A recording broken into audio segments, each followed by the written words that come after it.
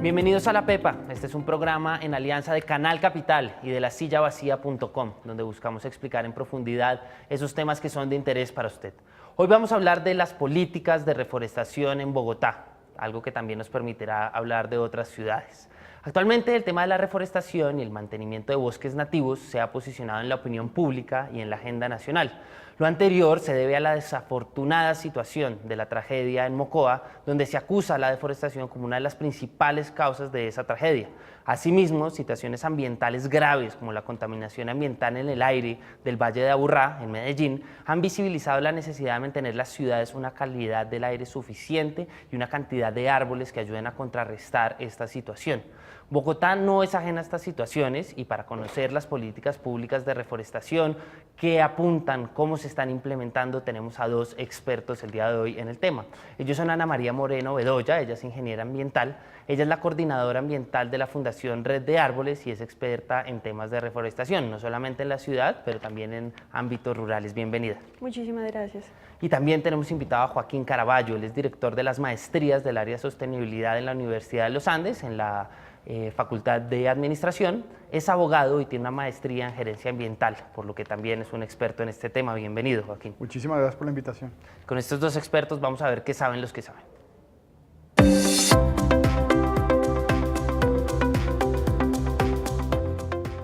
Ana María, ya lo discutíamos en la introducción, ya lo decíamos en la introducción de este programa.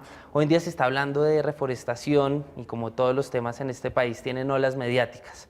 La ola mediática de este problema es Mocoa, que es, si bien es una ciudad, por supuesto, no es un ámbito tan urbano como lo es la ciudad de Bogotá o Medellín o ciudades más grandes donde no se ubica tan claramente este problema. En Bogotá se habla más de movilidad o de otras cosas.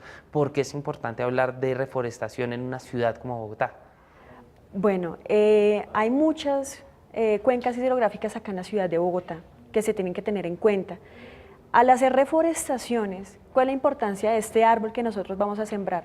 Nos va a dar sostenibilidad en el terreno, nos va a ayudar a tener buenos nutrientes en ese suelo también, va a recoger como toda esta agua que de pronto puede pasar en tiempos de inundación, entonces va a ayudar a que no se inunden las casas que estén alrededor, cosa que no se han tenido en cuenta por varios POMCA que nos han actualizado, como tú también decías. Esos son planes, POMCA es planes de cuencas, ¿no? El POMCA es el Plan de Ordenamiento de Cuencas Hidrográficas, tal como pasó en Mocoa, como tú le estabas diciendo. Sí, la reforestación es un factor de esa tragedia, fue solo un factor. También están diciendo el Plan de Ordenamiento Territorial no estaba actualizado, pero lo más importante era el POMCA. Porque como todos saben, el río tiene memoria. Entonces el río causó unos niveles altos de tantos metros, etcétera, pero hace unos años atrás. ¿Por qué no se tuvieron en cuenta? ¿Por qué dejaron que todas esas personas pusieran sus casas ahí donde podía pasar esto? Entonces hemos también escuchado noticias de que hubo un barrio, especialmente allá en Mocoa, que se salvó de que pasara toda esa avalancha al lado de ellos por un bosque que había. Es verdad, o sea, es muy importante y aquí en la ciudad de Bogotá también es muy importante, especialmente alrededor de la ciudad, donde están las personas más vulnerables, porque ellos no tienen ese conocimiento y en vez de nosotros sacarlos y mandarlos a otro lado y que miren qué hacen, entonces es muy importante nosotros también tener todo ese orden de ideas, especialmente por ese tipo de las reforestaciones, porque no es solo el árbol como todos lo conocemos, el árbol, la calidad de aire para que atrape dióxido de carbono, sino tiene muchos factores positivos, o sea, tanto para la parte económica, ambiental y también para la sociedad. Joaquín, usted ha trabajado más desde la política pública y quisiera que le diera un enfoque en ese sentido a su respuesta, porque es importante pensar en una ciudad como Bogotá, donde esto no está tan al orden del día, estos temas, ya lo decíamos, se piensa más en movilidad o en factores ambientales de otro tipo, pensar esto dentro de una lógica de política pública. Cuando tú planteas retos de la sostenibilidad, tratas de ver la interacción entre la dimensión social, ambiental y económica. Lo que tenemos aquí es un claro ejemplo de la interacción entre la parte de una ciudad demandando unos servicios ecosistémicos y unos ecosistemas presionados por esa misma ciudad. Entonces tienes una interacción y entender esa dinámica es clave. Para la ciudad de Bogotá pues es un gran reto. Nosotros dependemos mucho de nuestro ecosistema de entorno, en particular los cerros orientales y la reserva Tomás van der Hamen, y estos nos definen como ciudad. Es importante entender toda la cuenca de la Sabana de Bogotá para al mismo tiempo dimensionar la cantidad de servicios ecosistémicos que una ciudad puede exigir de estos ecosistemas. Entonces, en términos de política pública, el reto es tener esta visión global e integral de la ciudad, ¿no? Una ciudad que es dependiente de unos ecosistemas y que tiene unas presiones y tiene que pensarse regionalmente. Hay un reto mayor, y yo creo que no es solo para Bogotá, sino para muchas ciudades del país, para el país entero, y es esta articulación entre la sociedad civil y las entidades públicas. ¿Por qué? Porque si bien las entidades tienen unas metas muy bien definidas en cuanto a temas de restauración o reforestación o mejora en calidad de indicadores ambientales, no van a poder suplir todas las necesidades que se plantean en la actualidad. Lo que estoy diciendo es que las metas que se han definido en términos de restauración o mejora de calidad de vida, de calidad ambiental, no son solo responsabilidad del sector público. Ahí la sociedad civil tiene una voz muy importante y quizás la forma de jalonar la mayor cantidad de recursos. Esta articulación entre públicos, privados, es determinante para pensar como la viabilidad ambiental del territorio. Joaquín, Ana María, los invito, este tema sin duda afecta a la gente de la calle que está viendo probablemente este programa y tiene inquietudes al respecto. Los invito a que vayamos a la calle a ver qué pregunta la gente en la calle. ¿Cómo puede ayudar la reforestación a mejorar la calidad del aire? Ana María, ya lo introducíamos al inicio y esta inquietud que tiene esta persona que hoy hace esta pregunta desde la calle, creo que es una pregunta que inquieta a muchas personas y es la calidad del aire. ¿Cómo los árboles, la reforestación o restauración de árboles en una ciudad puede llegar a mejorar la calidad del aire? Bueno, pues yo creo que es un factor muy importante porque todos sabemos que los árboles atrapan una gran cantidad de dióxido de carbono. Eso teniendo en cuenta cuánta cantidad de árboles tenemos en la zona. En Bogotá no tenemos muchas zonas verdes por varias construcciones que se han realizado, pero sí se han cuidado ese tipo de árboles. Hemos visto que hay algunas talas de árboles, algunas personas se quejan por eso, pero también la Secretaría de Ambiente junto con el Jardín Botánico le hacen un seguimiento a esos árboles. El por qué se está cortando, por qué vamos a plantar X especie de árbol. Y ya en la parte de calidad de aire, en Bogotá tenemos una calidad de aire más regular, más o menos. No hemos tenido alertas rojas como se tuvo en Medellín. Hemos sido afortunados por los humedales que tenemos acá en Bogotá, por el fitoplancton. Ese fitoplancton es el que más produce este oxígeno que nosotros realizamos. Claro, los árboles también, pero los humedales también es un potencial muy importante que nosotros tenemos que tener acá en Bogotá y que necesitamos proteger, que la comunidad los conozca y que también proteja esto. Porque puede que nosotros tengamos muchos árboles en un parque, alrededor, en las cordilleras, pero hace más efecto esos humedales que tienen todas las especies de árboles junto con estos espejos de agua también, que son de bastante ayuda. Esto ha regulado mucho la calidad de aire y también la parte geográfica. Claro, no es un tapón como la ciudad de Medellín. Exacto, eso es lo que explicaban en Medellín. Esa es la alerta roja, están ellos aquí metiditos, está el aire, no tiene dónde salir, por eso queda acá la contaminación. Pero nosotros si vemos acá en Bogotá está la cordillera y baja. Aunque los niveles más altos de contaminación, los niveles permisibles más altos de contaminación de aire se encuentran ¿dónde? En la zona industrial, que está en Puente Aranda. Son donde las personas tienen problemas respiratorios, etcétera, por ese tipo. Sin embargo, en la noche vuelve y es como si se limpiara, por así decirlo, todo ese aire y baja y corre. Es una ventaja, pero sin embargo estamos cortos de siembra de árboles acá en Bogotá. Estamos cortos también para programas que protejan como tal los humedales. Pues hay leyes, decretos, bueno, etcétera.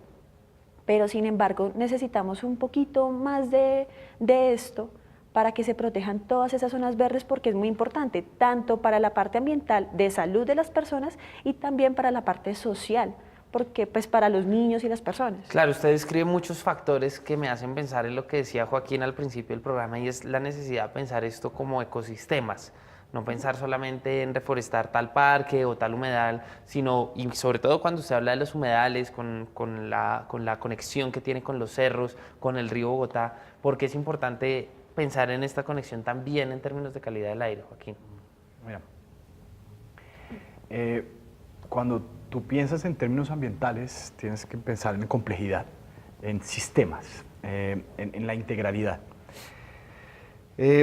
La calidad de aire no solo está definida por los cerros orientales, está definida también por humedales, está definido también por todo el manejo que le damos a la cuenca.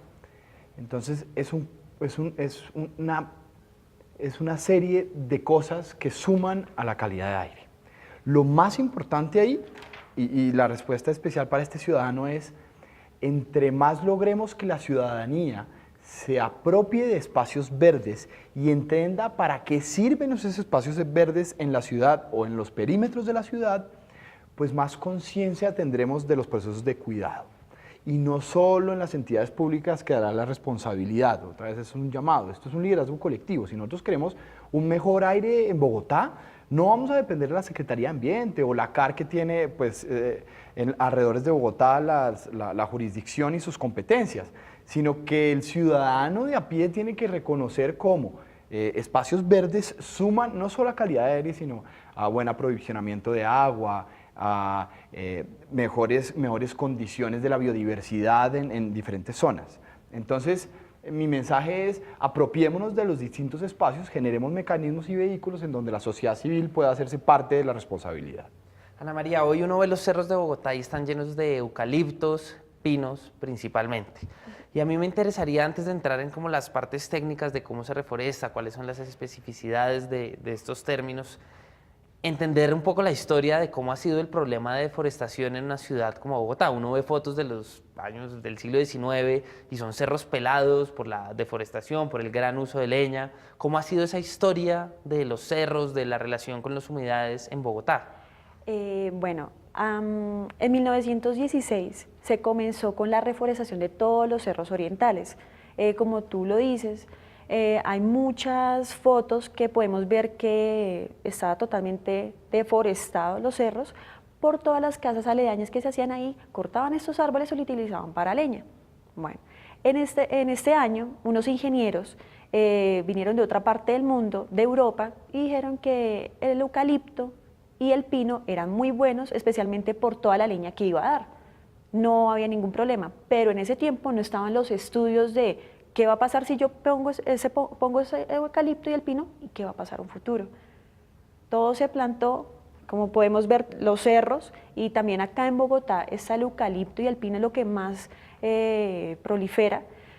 El problema es de que el eucalipto, donde quede sembrado, él empieza a tomar el agua de donde sea.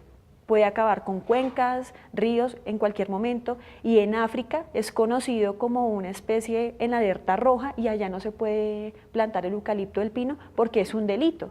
Aquí en el bosque de San Carlos, que está en la localidad de Rafael Uribe, hay muchos de esos eucaliptos y se tienen que quitar. ¿Por qué? Porque ya está creciendo también la ciudad, hay muchos barrios, estos árboles entonces también empiezan a ser un peligro, empiezan a caer sobre las casas, sobre los carros, bueno, etcétera, y el suelo ya no tiene las mismas propiedades que se tenía en el siglo XIX. Claro, Joaquín, era totalmente al respecto distinto. de lo que dice Ana María, uno sí cree que se tiene que plantear este debate de la reforestación dentro de una lógica más lógica, si se me permite la repetición de la palabra. Uno cree que porque haya verde es una especie adecuada para la ciudad, uno cómo debería tener en cuenta esto en términos de políticas públicas.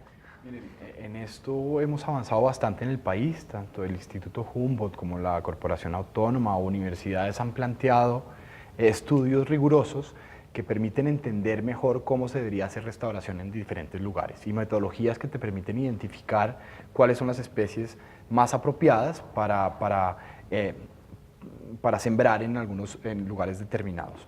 Entonces, yo creo que ya hemos resuelto una brecha metodológica. El país, las instituciones públicas lo tienen claro.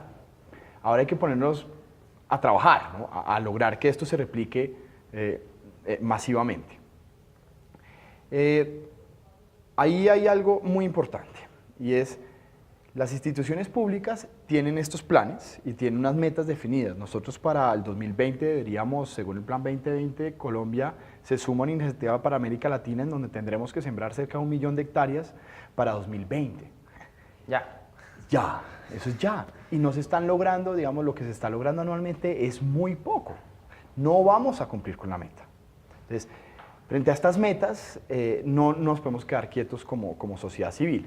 La brecha metodológica ya está. Yo creo que, y las autoridades se pueden poner en ese, autoridades públicas, entidades públicas, lo tienen muy claro y tienen sus técnicos y personas que están habilitadas para poder decir con tranquilidad cuáles especies pertenecen en qué lugares. Ahí no hay, yo creo que hay una brecha que ya está resuelta. Más bien preguntémonos cómo hacemos para que no solo las entidades estén encargadas de este tema. Entonces ahí importante otra vez mi tema de apropiación. Y hacia donde voy es la innovación que tiene que haber en el sector público. Porque tenemos que abrirle los escenarios a la sociedad civil, a la participación de la sociedad civil. No solo por replicabilidad y por masificar los procesos de restauración o reforestación, sino porque hace que las decisiones sean más legítimas. Porque las personas que necesitamos reconocer, tanto cerros como Vanderhamen, como humedales, que son lugares habitados, que hay personas que tienen historias ahí. ¿Sí? Entonces hay que poder leer las historias, conocerlas y darles participación en la toma de decisiones.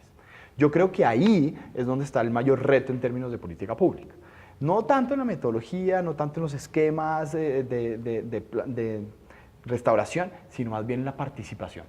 Claro, aunque usted dice que el reto y la pepa del asunto está en ese tema de participación, sí le quisiera preguntar a una ingeniera ambiental, ¿cómo es el proceso de reforestación? ¿Qué se debería tener en cuenta en una ciudad, no solo en términos de política pública, sino desde la ciudadanía, para hacer estos temas de manera adecuada? Principalmente es el terreno, el suelo. Si ese suelo es apto o no para reforestar. Un ejemplo, yo no voy a reforestar una especie que va a crecer aproximadamente unos 8 metros donde se está derrumbando toda la tierra, porque es un riesgo también para la sociedad. Entonces tenemos que ver que ahí viene también, como estamos ahorita hablando, la parte de la restauración del suelo, qué fue lo que pasó. Claro, y ahí vale, qué pena que la interrumpa, la pena definir la diferencia. ¿Cuál es la diferencia entre reforestación y restauración? Ok, la parte de reforestación, vamos a poner como este ecosistema, no con las mismas propiedades que se tenían hace muchos años, sino como dejarlo un poco mejor. Ok, o sea, sembrar árboles. Exacto, pero... Sin el componente, y restaurar ya sería, Joaquín, entonces, pensar en lo que había en ese ecosistema. ¿Cómo? Claro. Ya la parte de restauración es contar con todo el ecosistema que rodea. El ecosistema es absolutamente todo lo que nos rodea. A uno nos dicen, ¿qué es el ecosistema? Y todos viajamos a los árboles, pájaros, pero el ecosistema es también esto que nos está rodeando. La restauración es eso, la restauración de las aves que de pronto podían estar en ese momento que hubo la deforestación, las especies, oso de anteojos, la pavandina podía estar también por ahí. Entonces es toda esa parte de restauración que va con la reforestación para que vayan también todas esas especies y se mejore absolutamente todo. Mucho más integral. Una vez uno identifica el uso del suelo, por decir algo, hacia el río Bogotá es más humedal, o tal vez como en la séptima Bogotá hay una gran roca, bueno, uno identificó, ¿qué pasa? Tenemos que mirar las especies de árboles, porque a veces, como tú dices, un ejemplo, en la séptima hay una piedra acá, yo no voy a poner un árbol que va a crecer mucho porque va a necesitar crecer con sus raíces, y si lo planto va a caer y va a ser un riesgo para la población. Entonces tenemos que hacer un estudio bien de qué tipo de especies para que no pase eso. Un ejemplo, podemos ver por la 79 con 14, como en el andén se ha levantado todo el andén por las raíces de los árboles. Es precisamente por eso, es para que no ocurra. Y ya digamos en la parte del río Bogotá podemos tener varias especies, pero que retengan agua. Que la gracia es de que el río Bogotá es un río muy contaminado, una especie que pueda retener esta agua y que pueda ayudar a, a descontaminar este río. Entonces es un estudio grande que aquí por lo menos en Bogotá podemos conocer muchas especies de árboles, que lo vemos en los parques, en el jardín botánico, en muchos lados, pero siempre nos basamos en las cordilleras, que es lo que siempre tenemos a simple vista. Claro, que es como un fenómeno muy bogotano. Joaquín, usted hablaba de esa articulación y quiero que me hable de esa articulación con lo que acaba de describir Ana María. Esto, por supuesto, no lo puede hacer la sociedad civil de una manera tan fácil. Uno siente que debe haber por lo menos, al menos que sean organizadas y ojalá que sea una cosa distrital o estatal en una política pública más amplia. ¿Cómo se logra hacer esa articulación para que, como usted dice, haya actores públicos, haya actores privados haciendo la cosa bien hecha? Primero, perseverancia. Mover el aparato público no es fácil. Y la maraña de normas y de legislación que hay en la actualidad, pues le constriñe al funcionario muchísimo y genera mucho miedo, él no se puede salir de los parámetros. Entonces, en la perseverancia se logran dar esas conversaciones y abrir los campos políticos para que se puedan ajustar las cosas. Entonces, el primer mensaje es, para esto hay que dedicarle tiempo y perseverar. Lo otro es que las personas que están en diferentes cargos y las entidades, organizaciones, merecen respeto. Joaquín y Ana María, los invito entonces a que vayamos a la pepa de este asunto.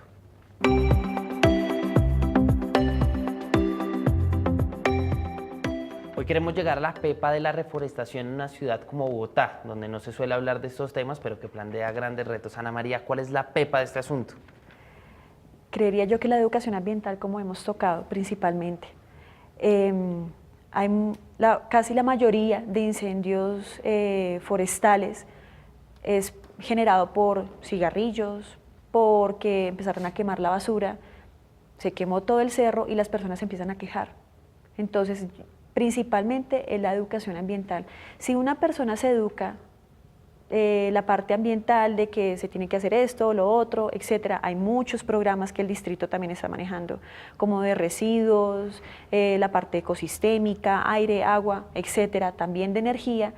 Una persona que lo va a pensar 2 veces para tirar solo un papelito al piso. Que genera un incendio que cierra el centro de Bogotá. Joaquín, Exacto. quiero que lo responda más desde la política pública, la pepa de la política pública para la reforestación y Yo creo que es el restauración. ordenamiento. Yo creo que es el ordenamiento. Entender muy bien cómo se debe ordenar una ciudad de 9 millones de habitantes alrededor de unos ecosistemas frágiles. Si entendemos mejor cómo funciona el ordenamiento ahí y nos miramos regionalmente, podemos tener una salida. Si no lo hacemos, tendremos situaciones como las de Mocoa, tendremos situaciones como las de Manizales o como La Guajira, el tema de escasez de agua. Como lo que ha pasado acá con el río Bogotá. O lo que ha pasado con el río Bogotá, que por variabilidad climática, por ya sea el niño o la niña, sufrimos vejámenes en nuestras organizaciones. Vamos, se tensiona muchísimo la industria, gente se quiebra y gente se tiene que mover de lugares donde vive. Entonces, es determinante el ordenamiento territorial. Y creo que en un contexto de paz suma bastante pensar las regiones, pensar los territorios. Y claro, no solo los centros urbanos en donde hay una presión fuerte, sino también todo el país. Digamos, hay unas zonas muy vulnerables. Joaquín, Ana María, se nos acaba el tiempo, pero les doy las gracias por haber aceptado la invitación a este programa y a todos ustedes recuerden que La Pepa es un espacio en alianza de Canal Capital y de lasillavacía.com. Escríbanos a nuestras 3 cuentas de Twitter, @lasillavacía, @Canal Capital y la oficial de nuestro programa, @lapepa_oficial y cuéntenos qué tema quiere que tratemos con 2 expertos como los de hoy. También recuerden que este programa queda en nuestro YouTube del canal y de La Silla Vacía para que ustedes puedan ver una y otra vez y lo compartan en sus redes sociales. Hasta la próxima.